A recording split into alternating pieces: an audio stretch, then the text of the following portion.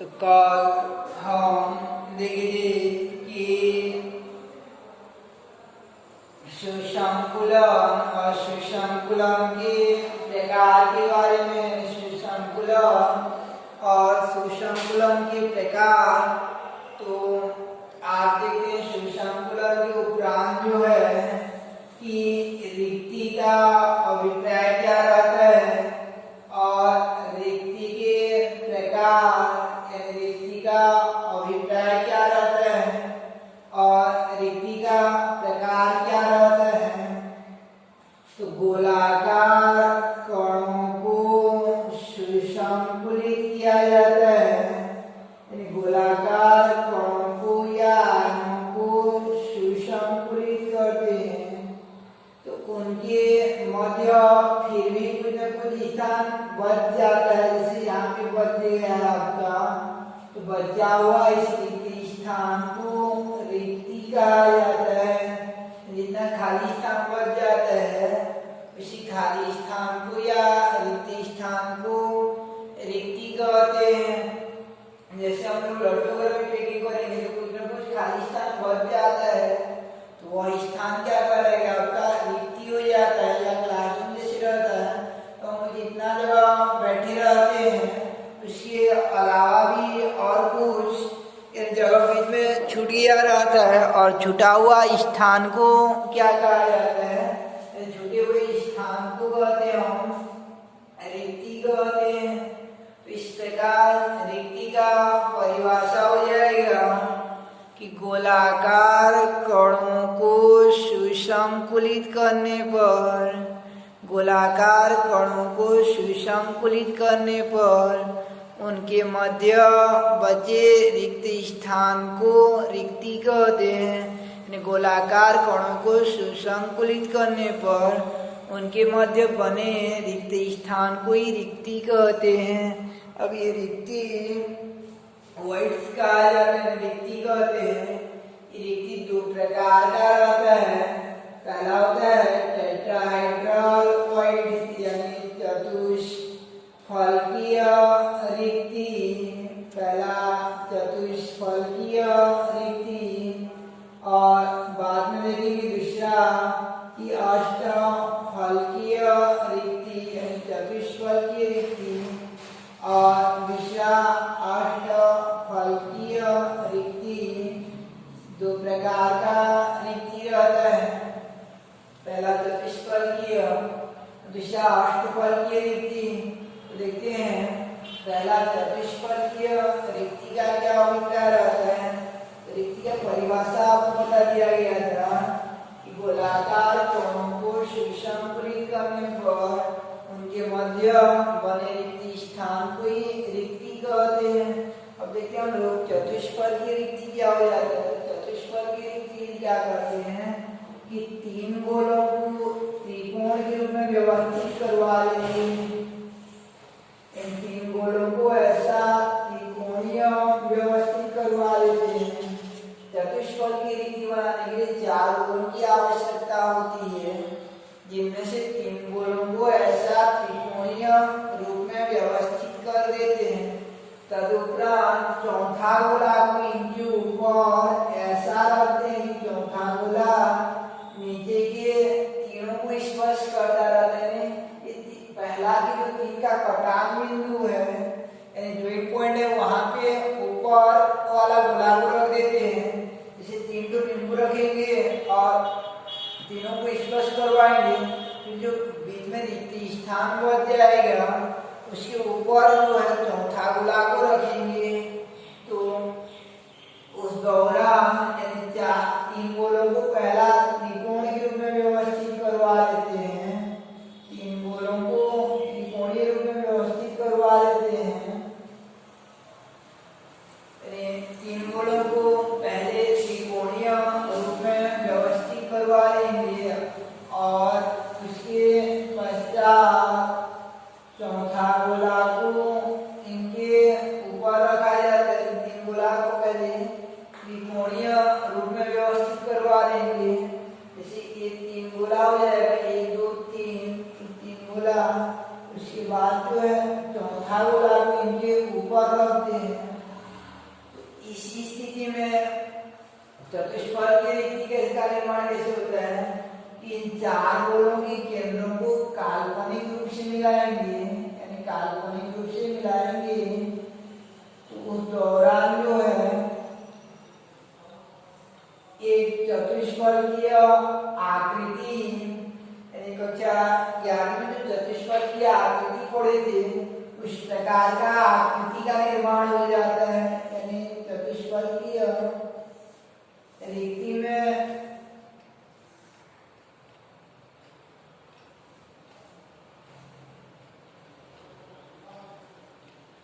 इस प्रकार से एक टेट्राहेड्रल शेप बन जाता है। कल्पना के रूप में मिलाएंगे तो उसी स्थिति में जो बीच में रिक्ति स्थान बचता है, इन चार गोलों का जो बीच में रिक्ति स्थान है उस रिक्ति का नाम चतुष्फलकीय रिक्ति पड़ जाता है। तो चतुष्फलकीय रिक्ति कब बनता है, इसीलिए चार गोला लेना पड़ता है। चार गोला में से तीन गोला को पहले त्रिकोण के रूप में व्यवस्थित करवाते हैं, तत्पश्चात चौथा गोला को इनके ऊपर इस प्रकार व्यवस्थित करते हैं कि प्रत्येक गोला एक दूसरे को स्पर्श करता रहता है, प्रत्येक गोला एक दूसरे को स्पर्श करता रहता है। इस स्थिति में गोलों के केंद्रों को आपस में मिलाने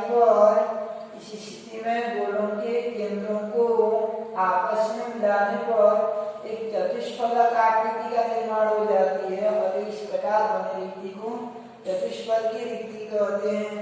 यानी चार गोलों में से तीन गोलों को त्रिकोणीय रूप में व्यवस्थित कर इनके ऊपर चौथे गोले को इस प्रकार व्यवस्थित करते हैं कि प्रत्येक गोला एक दूसरे को स्पर्श करता रहता है। इस स्थिति में गोलों के केंद्रों को आपस में मिलाने पर एक चतुष्फलकीय आकृति का निर्माण हो जाता है। अतः इस प्रकार बनी रिक्ति को चतुष्फलकीय रिक्ति कहते हैं। चतुष्फलकीय रिक्ति क्या हो जाएगा आपका, चतुष्फलकीय रिक्ति के लिए चार गोलों की आवश्यकता पड़ती है। जैसे गोलाकार कोण यानी चतुष्फलकीय रिक्ति के लिए चार गोलों की आवश्यकता पड़ती है कि इस प्रकार चार गोलों में से तीन गोलों को त्रिकोणीय रूप में व्यवस्थित कर इनके ऊपर चौथा गोला को इस प्रकार व्यवस्थित करते हैं कि प्रत्येक गोला एक दूसरे को स्पर्श करता रहे। इस स्थिति में गोलों के केंद्रों को आपस में मिलाने पर एक चतुष्फलक बन जाती है। अतः इस प्रकार इस स्थिति में उत्पन्न हुआ या इस स्थिति में बने रिक्ति को चतुष्फलकीय रिक्ति कहते हैं। इस स्थिति में बने रिक्ति को चतुष्फलकीय रिक्ति कहते हैं। तो ये था आपका चतुष्फलकीय रिक्ति। तो चार गोलों में से तीन गोलों को त्रिकोणीय रूप में व्यवस्थित कर इनके ऊपर चौथा गोला को इस प्रकार रखते हैं कि प्रत्येक गोला एक दूसरे को स्पर्श करता रहता है। इस स्थिति में गोलों के केंद्रों को आपस में मिलाने पर एक चतुष्फलक आकृति का निर्माण हो जाती है। अतः इस प्रकार बने रिक्ति को चतुष्फलकीय रिक्ति कहते हैं। अब इस स्थिति में उत्पन्न हुई रिक्ति को चतुष्फलकीय रिक्ति कहते हैं। ये रिक्ति का डेफिनेशन हो गया। चतुष्फलकीय रिक्ति यानी टेट्राहेड्रल रिक्ति का डेफिनेशन हो गया। उसके बाद जो है आगे देखते हैं हम लोग इसकी कैरेक्टर क्या रहता है, विशेषताएं क्या रहता है। चतुष्फलकीय रिक्ति के लिए विशेषताएं क्या रहता है। तो चतुष्फलकीय रिक्ति की जो विशेषता होता है कि पहला विशेषता हो जाता है कि इसमें चार गोलों से रिक्ति का निर्माण हुआ था।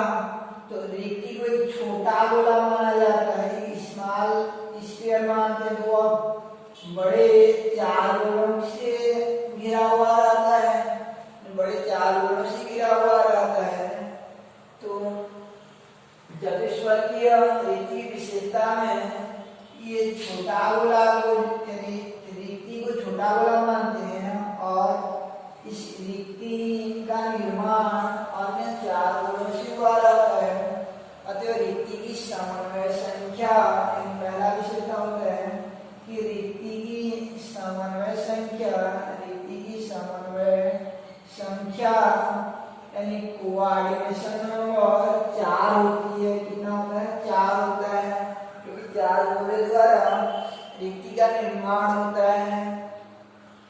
दूसरा विशेषता कि इसमें रिक्ति की त्रिज्या आप स्मॉल आर लेते हैं और गोले की त्रिज्या आपको कैपिटल आर लेते हैं, तो रिक्ति और गोले की त्रिज्याओं का अनुपात निकालते हैं तो 0.225 आता है। यानी चतुष्फलकीय रिक्ति के लिए गोले और त्रिज्याओं के यानी रिक्ति और गोले की त्रिज्याओं का अनुपात 0.225 आता है। और तीसरा विशेषता होता है, ये थोड़ा अभी समझ नहीं आता, बाद में आता है यहाँ, कि प्रति प्रभावी गोला द्वारा या प्रभावी परमाणु द्वारा या प्रभावकारी परमाणु द्वारा प्रभावी गोले द्वारा 2 चतुष्फलकीय रिक्ति का निर्माण होता है। 2 चतुष्फलकीय रिक्ति का निर्माण होता है। इस बात में बताएंगे कैसे होता है कि प्रति प्रभावी गोले द्वारा 2 चतुष्फलकीय रिक्ति का निर्माण होता है। जैसे हम लोग पढ़े थे FCC में कुल प्रभावी परमाणु या पता कितना था? 4, तो उसका डबल यानी 1 से 2 होता है, 4 से 8 चतुष्फलकीय रिक्ति हो जाएगा। यानी FCC जब होता है 8 चतुष्फलकीय रिक्ति बनता है। तो प्रति प्रभावी गोले द्वारा 2 चतुष्फलकीय रिक्ति का निर्माण होता है। इस प्रकार से चतुष्फलकीय रिक्ति का विशेषता क्या हो जाएगा आपका कि इसमें चतुष्फलकीय रिक्ति में रिक्ति की समन्वय संख्या 4 होती है। इसमें रिक्ति व गोले की त्रिज्याओं का अनुपात 0.225 होती है। इसमें प्रति गोला द्वारा यानी प्रति प्रभावी गोला द्वारा 2 चतुष्फलकीय रिक्ति बनती है। अब आगे देखते हैं हम लोग कि चतुष्फलकीय रिक्ति के लिए चतुष्फलकीय रिक्ति के लिए ये जो त्रिज्या अनुपात यानी रिक्ति और गोले की त्रिज्याओं का अनुपात आ रहा है, इसका कैलकुलेशन कैसे करते हैं? इसी त्रिज्या अनुपात कहा जाता है। रिक्ति और गोले की त्रिज्याओं का अनुपात की गणना करना, यानी हमारा टारगेट रहेगा कि चतुष्फलकीय रिक्ति के लिए त्रिज्या अनुपात, इन दोनों के अनुपात त्रिज्या अनुपात कहेंगे, रिक्ति और गोले की त्रिज्याओं के अनुपात को। चतुष्फलकीय रिक्ति के लिए 0.225 आता है, उसका हमको गणना करना है। हेडिंग क्या हो जाएगा आपका? व्यंजक निकालना है, क्या कैलकुलेशन करना है? चतुष्फलकीय रिक्ति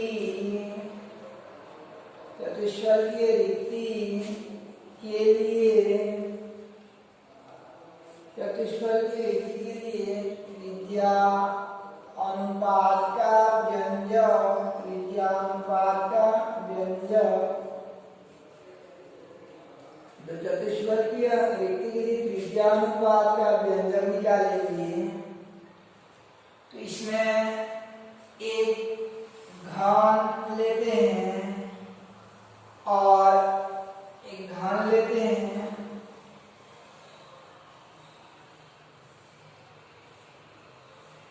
तथा घन के एकांतर क्रम में 4 गोलों को रखने पर, घन के एकांतर क्रम में 4 गोलों को रखने पर कोई चतुष्फलकीय रिक्ति बनाते हैं। जैसे एक गोला